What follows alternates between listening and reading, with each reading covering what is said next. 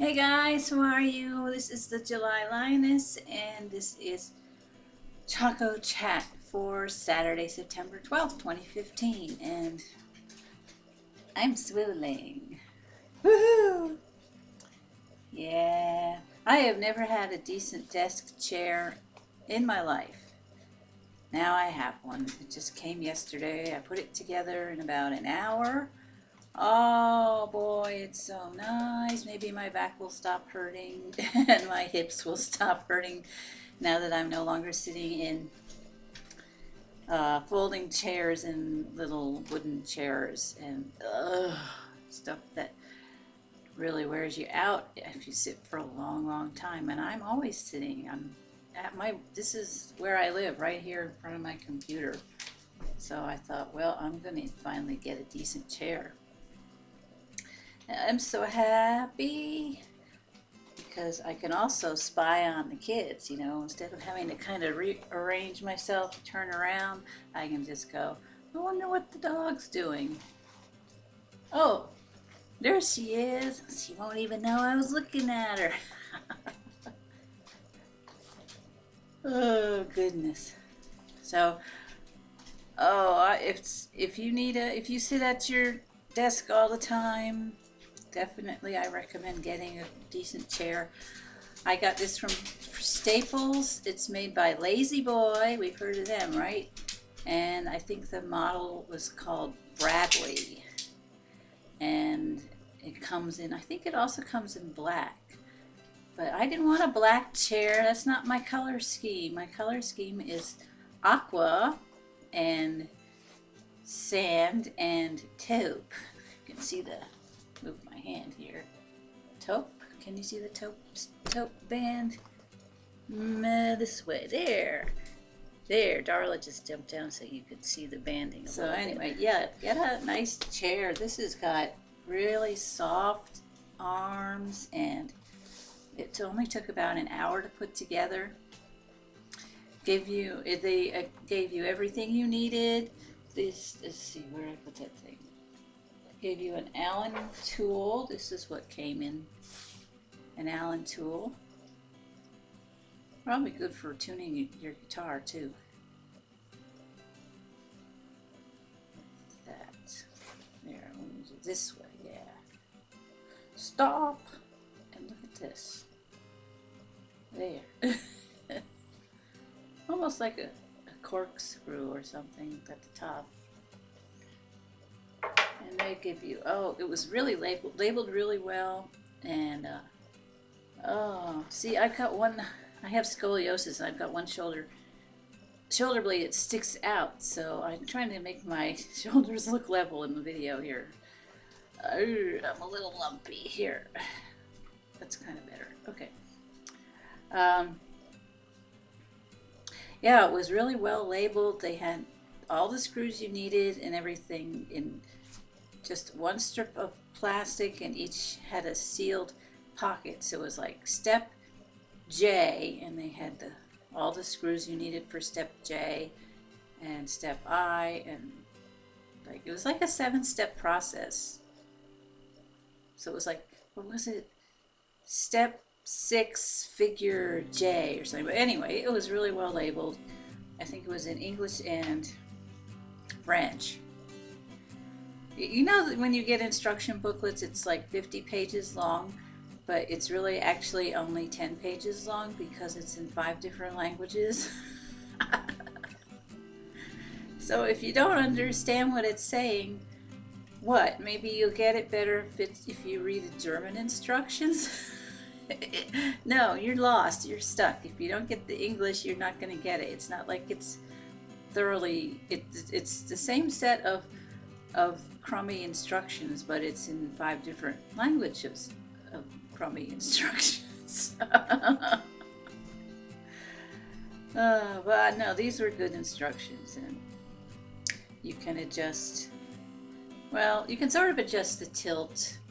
I thought maybe it kind of would recline a little, like it would stay back, but it doesn't do that. It's just sort of, if you push this, maybe I'm not doing it right, but if you push the lever, there's a lever, yeah. there's a lever, a left side lever and a right side lever. And this left one, see, I can tilt this, but I have to push. It doesn't stay back. At least I don't think it does. Can I push it back this way and then reach down and lock it? Oh, it did something. No, it didn't. It just reset it to upright. But I haven't quite figured out this tilt thing yet. I'm probably a little small for this chair, but I didn't want to get a chair that was too small. No, this is gonna... Don't mind me. No, that just brings it... I don't know what that does. I don't know what it's supposed to accomplish, but this other handle, I can reach through these big arms. There's one on the right here, and that adjusts the height, but I'm not going to do that. So this actually is built for a much larger person. But I can grow. I'm sure I'll get taller. I'm in my 50s. I'm gonna be 8 feet tall by the time I'm all grown up. And this chair will fit me just right. Yeah, it's a big chair. It's supposed to support 250 pounds. Hopefully I don't weigh that much yet. Not till next week anyway. But I wanted a high back chair because I can rest my head. So when I'm playing videos, especially Sims 4, there's a lot of load screens. So you just sort of sit there and wait.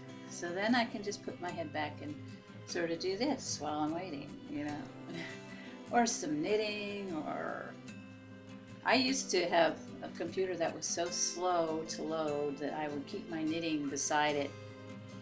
So I had something to do while I was just sitting there. So I didn't feel like it wasn't quite enough time to jump up and do something. But actually with the Sims, I do have it kind of timed out. Load screens can be up to about 3 minutes long, so if I'm loading something, something is loading, I'll just jump up and, you know, let the cat in or grab a little snack or go to the bathroom, and usually by the time I'm done that, the load screen is done. So you learn to live with it.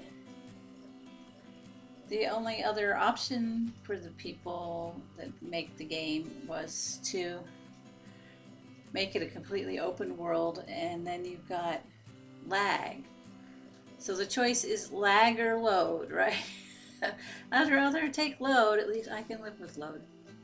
The last night the game crashed. Oh, I had just spent half an hour or so working up this relationship. I introduced this new character to another character. They had just gone on this terrific date. They had become boyfriend and girlfriend. And he had even proposed to her on the first date, and she turned him down.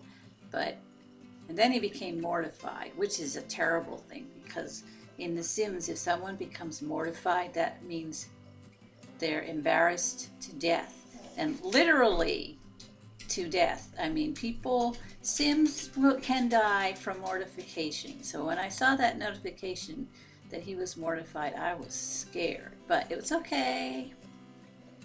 The lady calmed him down, and it's all right. He's fine, but very dangerous. Mortified is really a death sentence. The kiss of death. I wonder if they have a kiss of death in The Sims. Oh, I don't know. That game. You can play it so many different ways. You know, you can play it dirty and you can play it sweet. I play it sweet. But boy, some of these other people, they play their games, they have their LPs, and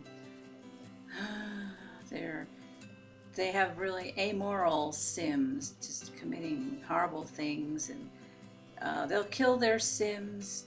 Sims can't kill each other, but you can kill your Sim by through mortification, or mostly what I've heard of is starvation. You can build a room, put them in the room, and take away the door, and then they're trapped in the room, And apparently it takes 3 days and your sim will die. And the reason they do that is for some of these challenges, like there's this one challenge called a Teenage Runaway. When you build your Sim's household, you are required to have an adult in that household. But if your challenge is about a runaway who has no family, you have to work around that. You have to create a regular family, like a teenage daughter and a father or parental figure. And then you have to figure out some way to get rid of the parent. So that's what people do. They lock them in a room and starve them to death. Trees, yeah. You know, I started talking about trees in last week's video, but I realized I didn't mention that I was talking about the trees. So I went on and on and on about, oh, they're going to do this and that, and when they show up, and I was all pronouns, so I edited that. I just cut it out. But the tree guy is coming, what do you say, Tuesday or Wednesday. And he's going to cut down both of the trees and I think grind down the stumps. And in order to access the yard, they're going to have to take down a section of fencing and put it back, and which will probably kill my wisteria vine that's growing there, but I don't care because that's really invasive anyway. That stuff will kill trees. There's no tree nearby to kill it, but it could, you know, scramble up all over my house and maybe get into the cause damage to the house. So I don't really care if the wisteria gets messed up. It probably needs a big pruning anyway. I am concerned though about them chewing up my yard. A few years ago I had a big oak tree in that area and the wisteria had choked it and killed it, and I had to have someone come in and take down haul away the fallen tree, and they took down the fence and had a little bobcat that they drove through and chewed up that lawn. So they reseeded it, but it's still, it's got tread underneath. It's not level. They didn't level it or fill it in at all. They just threw grass seed over it.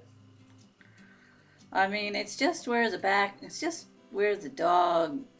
dog's bathroom basically, but it just sort of, geez, it's kind of annoying, So now it's been about 3 years and it's looking normal again, and now they have to mess it up again. Different people, but same process. And this ain't gonna be free either, of course, but it needs to be done. And when it's done, it's done, and I won't have to worry. I'll have peace of mind. I'll sleep better during the storms. This is the deep south. We got hurricane season upon us. Katrina was 10 years ago, and I've got a neighbor whose house was damaged in Katrina, and just maybe 2 years ago, they finally got the people from, I guess it was through FEMA. She had to apply for assistance, but it took that long, years after Katrina, for somebody to come over and fix her storm damage. And it wasn't major storm damage that I know of, but that long. She got on a list and she waited that long. Obviously, they repaired the most important, the more damaged houses, but whew. So, yeah, I'm gonna lose my trees, but they're kind of gone already. The gnomes will not be pleased with me. Poor little guys. There's some little trees around. Loads of trees in the neighbors' yards. They're probably all dead. Oh, geez. But what was it? Texan in the UK calling them widowmakers. Yeah. So I'm going to get rid of my widowmakers.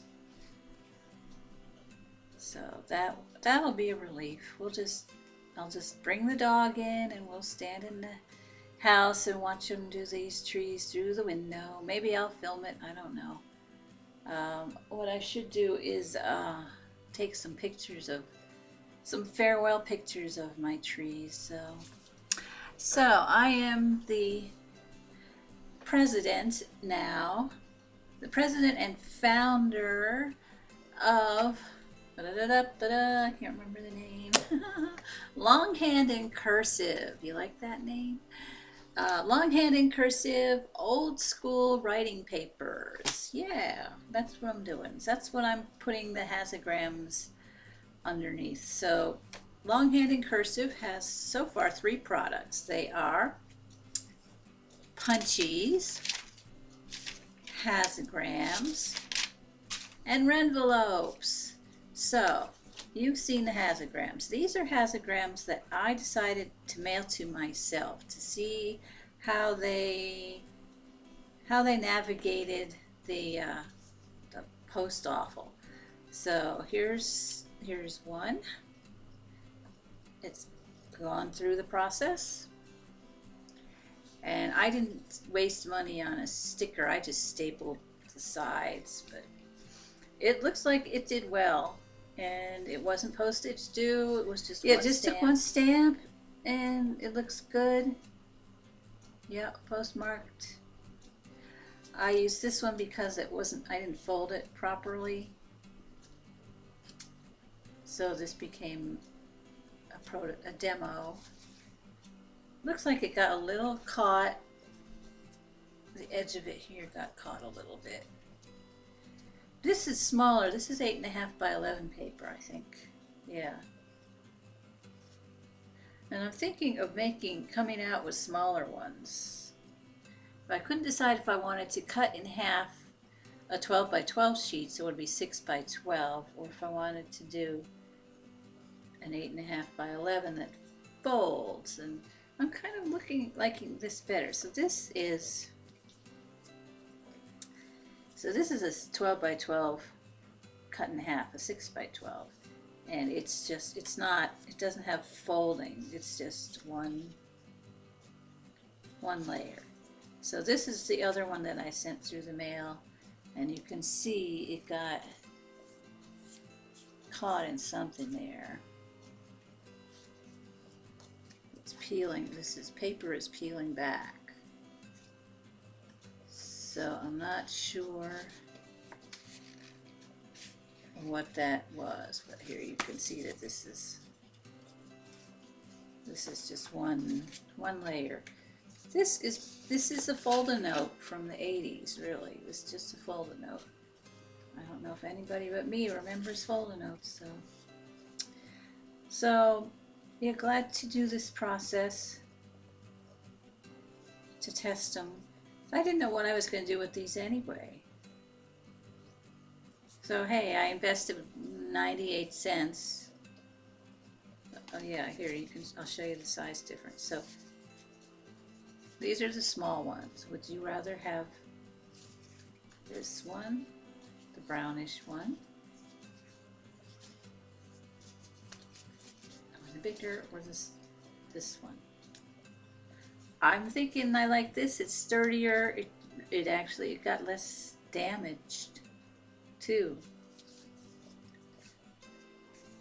So yeah, I'm glad I did that. I'm glad I sent myself a couple of these, because I had said I was going to do that last week because I didn't like to bug my friends, and I needed to see for myself how it looked after going through the mail. So those are the hazagrams. Let me show you the punchies. The punchies are my stickers, and I haven't perfected the process yet because I don't have all the supplies. As I'm making them, it's trial and error. And I'm learning, I'm writing in my notebook the process of making this, of how to make everything actually. And the punchies are a little trickier because the order makes a difference. So after experimenting a bit, I realized I think this is the best order. First you punch them out, then you attach the parts to the base, which is the largest piece of it. Then stamp back of base with the Stampin' Up! Copyright stamp. That's if I didn't use, well, no, I do have to do that with all of these because these are Stampin' Up! Stamps, punches rather. Apply adhesive to completed punchy with Creative Station, then apply gloss, then apply glitter. So, let me show you on. Now, I did a Stampin' Up! Haul, so you might have seen this punch already, but this is my owl punch. And it actually punches out all there's the cutting blades. And so when you punch, it punches out all the parts in one go. So this is after punching. So you see let's see. So there's the body of the owl and the wings and the beak and the eyes. The eyes are 3 pieces, the biggest part, and then the pupil, and then the like the little light. And so when you assemble all those little punched out parts, of course you have to do it on 3 different colors of paper, otherwise it won't stand out, but you get, depending on your paper,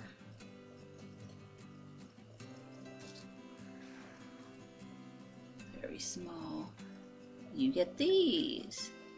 So it's punched paper, glued together, the 3 pieces, all the pieces are glued together, and I've got 3 different shades of paper.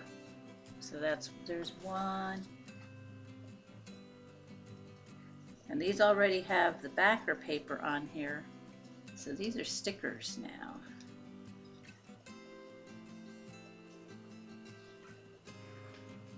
There's another little owl.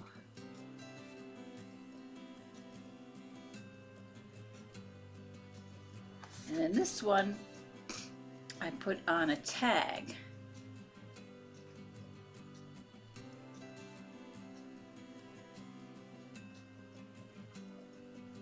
Which is easier to hold and all. So I was experimenting. I thought, well, how about if okay, here's what I used to put the sticker adhesive on it. So, like I said, it's in previous videos, it's a press.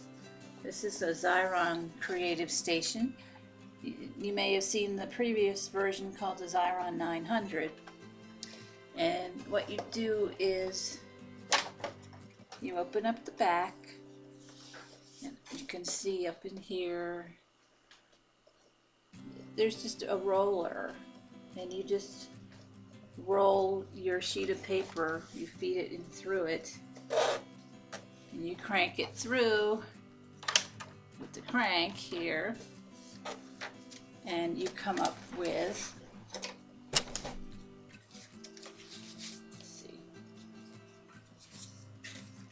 okay, you come up with this.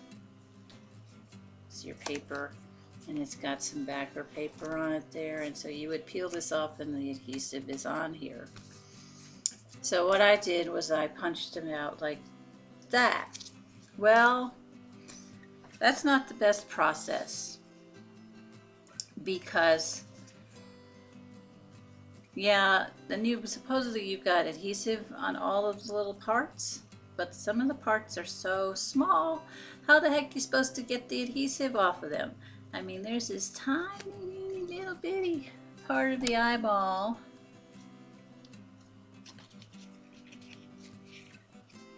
That little tiniest part. How are you, I can barely even pick it up, let alone peel adhesive off the back of it. So that doesn't really work. So I think it was this one. So then I tried putting my snail adhesive on it, and it doesn't work terribly well because it's that the adhesive on there from the Creative Station, the backer paper is really glossy. This backer paper is really slick, and it doesn't have enough tooth to adhere to anything. You know, the glue has nothing to grab. You'd have to have, like, I don't know, maybe hot glue, or I'm not sure really. So that didn't work. So that's why I had to write down the process of applying this glue. So this little guy, he's kind of messed up, but I used, because I didn't want to waste all these little punches I just done. So I glued them on with Elmer's, but this is a little messed up here because that's where the Elmer's is. I mean, it dried clear. So he's not acceptable. He's going to be a sacrifice for something, a gift, or maybe I'll put him in a pocket letter. And that's what I was going to do, is make a whole bunch of stickers and put them in pocket letters for people, and you know, just get them out there, start getting them out there. And I like this gift tag a lot. I think that's cute. This actually was done, this has cold embossing on it. I'm not sure you can see that, it looks very light. But all this has, yeah, see up here, these little bumps. That's all. That's cold embossing, and you can do that with, well, they don't sell my gizmo I use, but you can use a Big Shot for that. It'll emboss, do that embossing, and also Big Shots will cut the die too. So if you have a Big Shot that you got from Stampin' Up, you just need the correct plates and the correct folders, and you can make one of these yourself. But you will need to get something, if you want to make it a sticker, you'll need to get a Creative Station or something similar from another company in order to get the adhesive onto the back.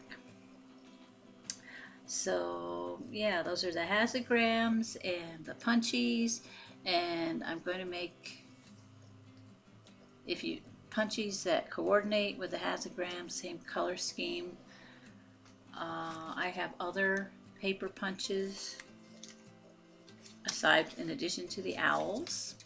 I've got cupcakes and birds. I need to experiment with the birds today, and flowers, of course.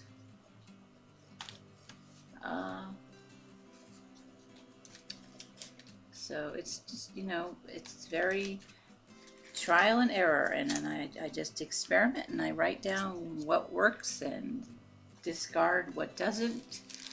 But I found some these little snack bags are perfect for packaging. So if somebody ordered some punchies, because they'll be for sale separately, so I'll just send them in these. I like, because these don't have any no labeling, and, you know, it doesn't have like Ziploc embossed across the front or anything. And of course I would need to, how could I do that? Yeah, another reason I would add the adhesive last is so I can stamp the backs of things. And then put the adhesive on. Otherwise I would need to have permanent ink to stamp the glossy back. Like, I'd have to get some, I think, stays on. I'd have to get a pad of stays on for that, which which I could do if I had to. But yeah, since I'd be selling these, all of these, you know, even though this is a paper punch,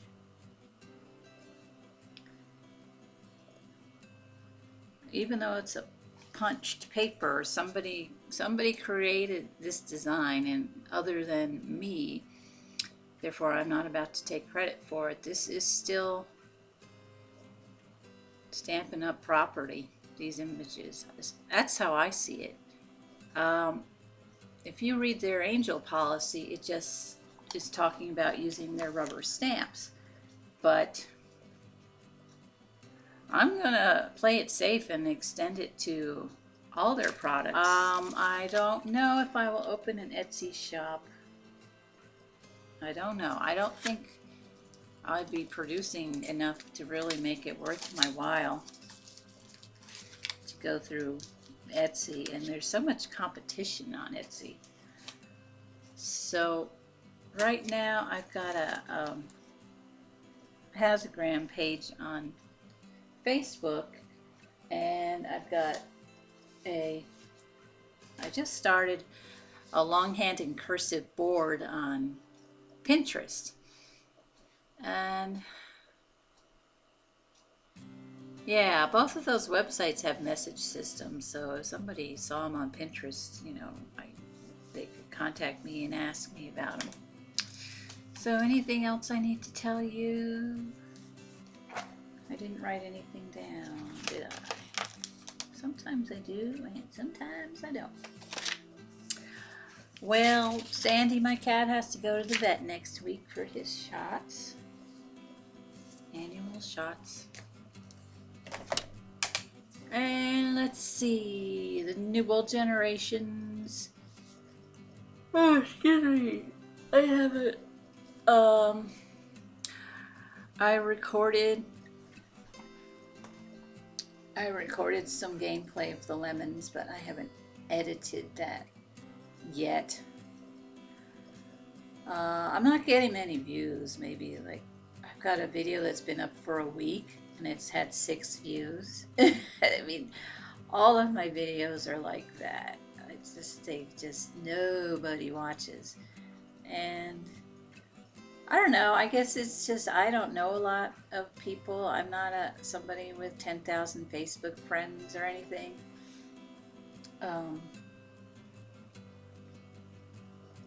And I don't know, maybe they don't like me, or there's something I say or do that doesn't appeal to them.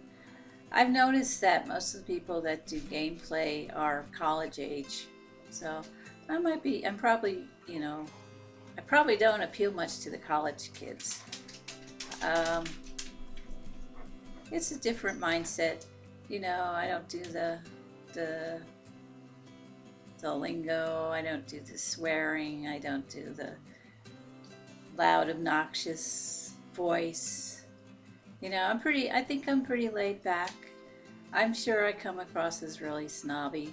I guess I am really snobby. Elitists unite, whatever. I am what I am. So I don't know how to get people to watch more. I'm not going to change. I am who I am. And if you don't like me, you don't like me. I'm not going to be, oh, please like me. I don't care. I'm doing this because I like it. Be great if a lot of people liked it too. But I figure, well, yeah, I have no control over that. And as long as I like it, as long as I'm enjoying it, I'm just going to keep doing it. And if when I no longer enjoy it, I'll stop. Because I'm too old to worry about pleasing other people. I spent my like the first 40 years of my life trying to please other people, and you know what? It's futile. It's not very happy if you can't please if you're not bleh. You know, you waste all your time and energy trying to please other people and they still are not impressed, then it's time to come up with another plan. How about trying to please yourself? You know, as long as you're not hurting other people, what's wrong with just pleasing yourself? Minding your own business, doing your own thing. I don't see anything wrong with that. But, you know, you're young, if you're young and in your 20s and your parents say you need to do this, that, and the other, then yeah, it's tough. I did not enjoy being in my 20s because I always felt like I was doing everything wrong because my parents were very hard to please. And it doesn't feel good knowing that your parents are angry with you. You know, it just doesn't feel good. So anyway, so this has been me, the July Lioness, and oh, feel free to call me JL, by the way. I kind of like that, JL. I was in chat the other night and I said something to somebody and they wrote back, thanks, Julie, Julie. It's not Julie, it's July, and this person has done that a few other times. Maybe not so bright or something. Okay, I let it go. I noticed it, but I let it go. I didn't say anything. Why make the person feel bad, right? Why raise a fuss? It's not worth it. Where's my trash can? There it is. So guys, thanks for stopping by and I hope you have a great week. This has been the Julie JL Lioness. Take care.